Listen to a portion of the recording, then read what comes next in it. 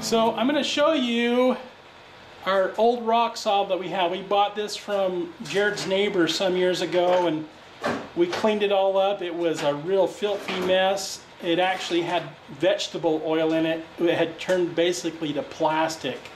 And so we've taken and we cleaned it all up. We've repaired it. There's things that we've done to it. We've replaced the blades.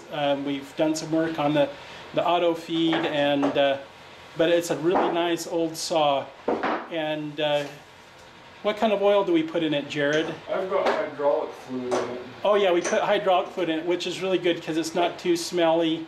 Some people mix diesel fuel with their hydraulic fluid, but that just makes it really smelly. And the best would be mineral oil, but it's expensive to buy.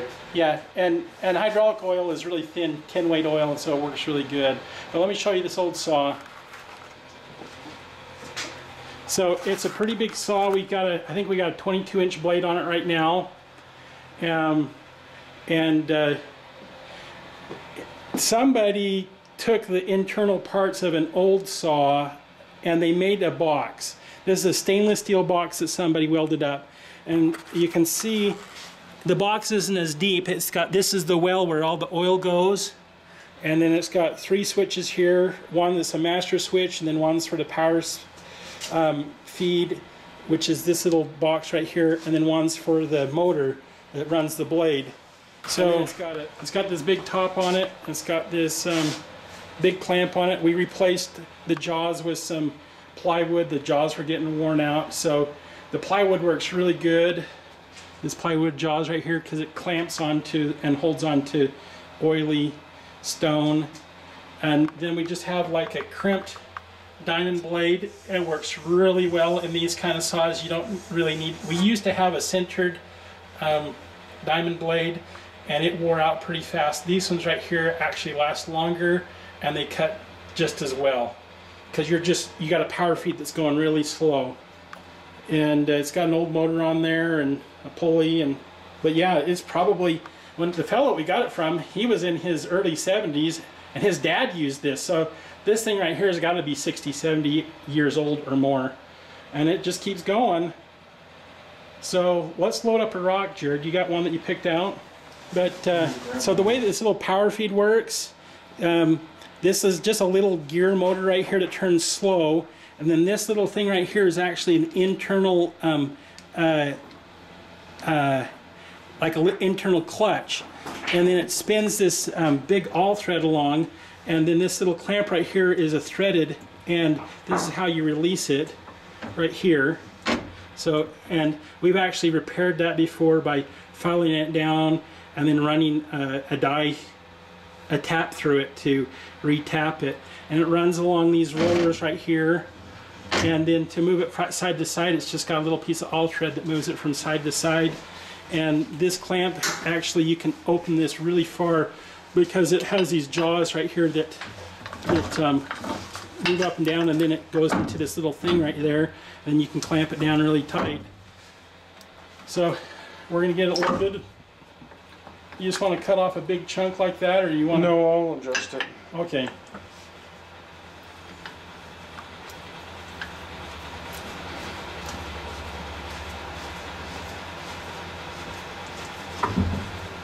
Oh, he's going to clamp it in, and then he's going to move it to the side. So that's one of the best. I haven't run this thing for about 3 years, so I kind of forgot how to use it, but I had it at my house for quite a while, and you want to make sure that's in really good, because if it slips loose, it can ruin that blade. Yeah, so yeah, that's true. When Jared, you can see he tightened that up really tight, and then he grabbed that rock and he yanked on it pretty hard to make sure that it wasn't going to come loose. And that's what you want. And so what he's going to do now is he's just going to move it over and move the table over, and that's the best way to do it. And the neat little thing about this thread right here is it's 16 feet per inch, and so every 16 turns moves it over 1 inch. So if you want to cut off a 1/2 inch slab, what you do is you measure over, and you turn it 8 turns plus 2 more to take into account for the 1/8 inch cut that the blade will make. And So Jared's going to measure it there so he gets an idea of how much to take off that first one. If you want to take off a big piece, I can then use that end piece, Jared. I can use that end piece. That's what I was measuring here to see if we could get an inch or so out of that. Yeah, that'd be a good idea. That'd be a good idea. Yeah, that looks like a good cut right there. That looks like a good one. Yeah, yeah, cut it off right there. That'll be great. All right. All right, so we make sure that it just, you don't want it to start it touching the blade, you just want it to be maybe 1/4 of an inch away.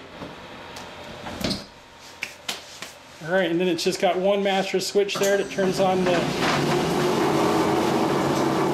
right. Okay, the saw got finished. Jared, let's open it up, take a look at it.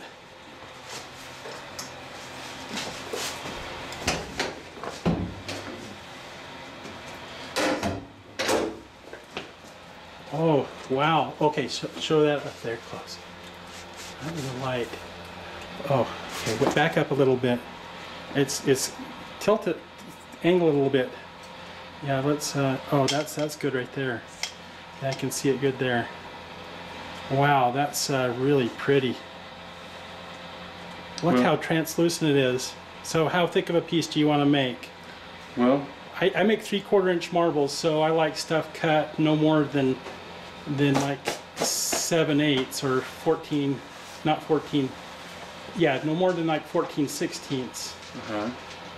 But closer to 11/16 is better. So usually what I would do is I'd run that little crank over, I'd run that crank 14 turns. Or actually no, I'd run it 15 turns. So we're going to run this 15 turns. I'll give us 15/16 plus the width of the blade. We run it over there. We're going to cut off a slab that's going to be close to an inch, but not quite. And that will give us a good slab for making some marbles. Alright, and start her back up. Good old saw.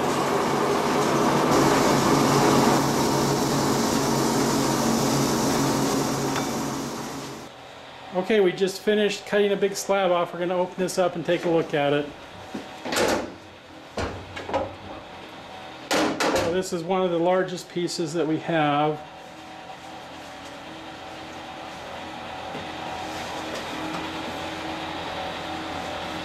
Clean off all the oil. So here's that piece that we just cut off. You can see how big it is compared to Jared's hand.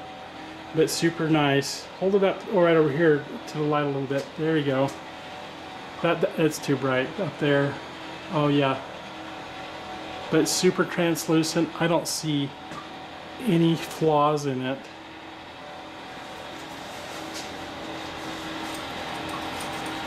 Oh, there's a flaw right there, right by my thumb.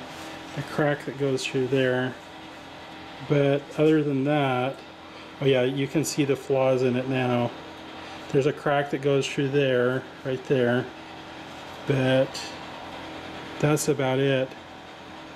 There's a couple flaws, but you could probably get about 6 really good marble cubes out of this. Wow, super nice.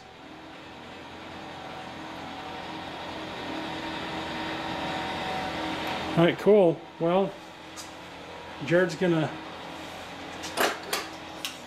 gonna finish slabbing this up. So this right here is pretty thick, but not too bad. And that was 15 cranks on the saw.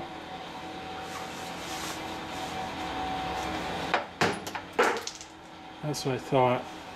So it was a flaw that went all the way through, and it just took a tap to break it off.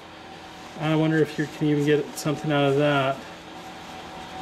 Maybe. It may have too many cracks in it, but you might be able to get a nice little 5/8 inch marble. 5/8 inch marbles is about as small as I make, and they're good for little shooters, little mibs. Or they're nice for jewelry. Will it crack on any more of these? No, those aren't cracks. Those are like the dendrites. Yeah, that's not a crack. There's a crack right here. Goes across here. That's not a crack. it's part of the structure, just like this right here. That's not a crack, that's actually very small micropores. It's like a, basically if this was an agate, what George's asking about is he's asking, is that a crack right there? Let's see, oh yeah, you can see it better right there. That's not a crack. Those are little tiny micropores, and it would be a band if it was a different color. And the same thing with right there. It looks like a crack, but it's not. There is another crack that is a crack, and it goes right across here. It starts right there. It goes right across there. But still in this I can cut like 6 or 8 really good cubes out of this and make some gorgeous marbles. What's fun is to actually take some of this white stuff there and make like a bullseye. Cut it close to the edge and then you make a little bullseye. Awesome. Well, I'll take that piece home and make a marble with it and show you on another Marble Monday. Thanks for being with us. It was fun opening up the box and cutting a piece of stone.